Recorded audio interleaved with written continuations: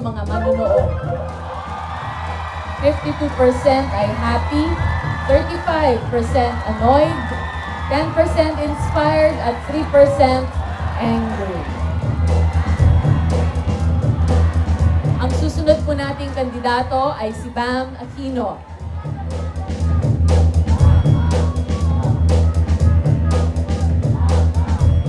Okay, ito ang iyong social media question mula kay @MarkBonnie. What do you think about GMA? Are your policies the same as GMA's? Bam, you have 2 minutes. Well, alam niyo po, tinatanong po sa akin yan dahil naging chairman po tayo ng National Youth Commission noong 2003. Pero alam niyo po, nung pumasok po tayo sa gobyerno noong 2001, kasama ko po ang napakaraming mga kabataan na tumayo laban sa katiwalian sa ating bayan. Kung naalala niyo po yung EDSA 2, marami po from civil society, lumaban po ng panahong yon. Maraming kabataan, naging youth leaders po dahil sa panahong yon ng EDSA 2. Kaya para sa marami po sa amin, yung mga katiwalian na ginawa po ni GMA, napakasakit po talaga nun. Para sa napakaraming mga kasama namin sa NGO world, pumasok sa gobyerno, naging secretary, kinailangan mag-resign. Para sa napakaraming youth leader, naniniwala na ito yung paraan natin upang makatulong sa bayan, only to find out mas kurap pa yung presidenteng pinilitan natin.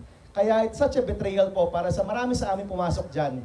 Kaya ang tingin ko po, si GMA, kailangan po siyang managot sa kanyang mga nagawa. Nasa korte na po natin yan. Let's allow the system to prosecute her and let justice be heard pagdating po kay President Gloria Macapagal Arroyo. Alam niyo po mga kaibigan, pagdating po kasi sa akin, 2006 po, nung umalis po ako mula sa gobyerno, Pebrero ng 2006. At pagkatapos po nun, tinayo po natin yung programang Happy Noy na tumutulong sa mga maliliit na negosyante sa ating bayan.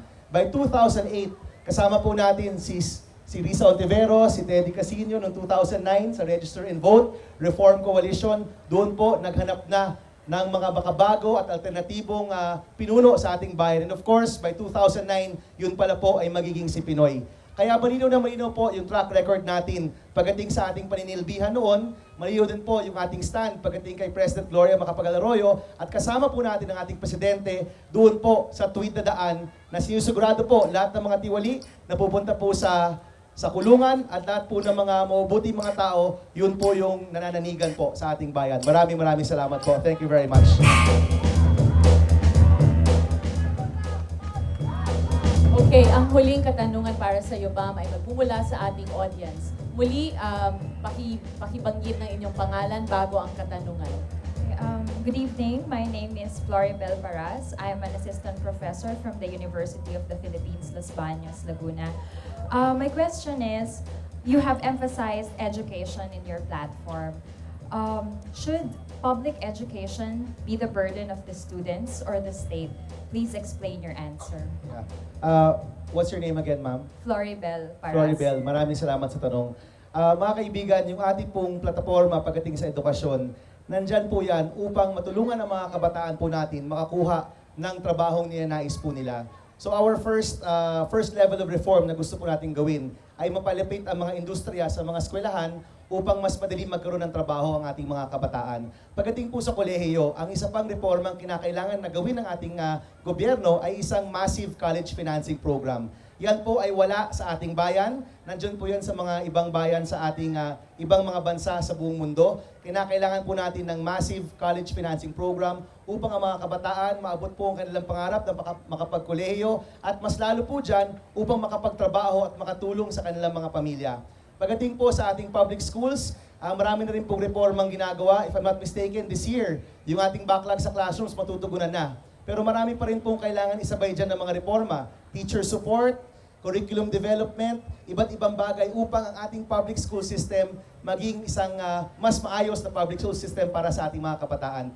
Yung pangarap ko po for our educational system is magkaroon po tayo ng world-class educational system. Napakalayo pa po niyan ngayon kung nasaan tayo. Pero naniniwala po ko na kung uunti-untiin po natin ang mga reformang kinakailangan, kung maglagay po tayo ng tamang pondo dyan at bigyan natin ng tamang halaga ang edukasyon, aabot po tayo sa panahon na pwedeng ipagbalaki sa buong mundo ang educational system ng ating bayan. At nangunguna na po dyan ang infrastructure, curriculum development, teacher support at iba pa.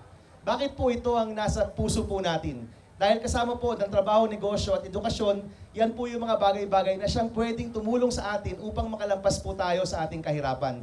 Kung wala pong trabaho, mahirap po tayo. Kung walang suporta sa negosyo, talagang mahirap po tayo. At kung hindi sapat ang edukasyon, lagi pong magiging mahirap ang Pilipino. Kaya yan tatlong bagay pong yan, bibigyan mo natin ng pansin. Maraming salamat po. Thank you very much. Salamat, Bang. Salamat din sa katanungan mula kay Floribel. Tingnan natin ngayon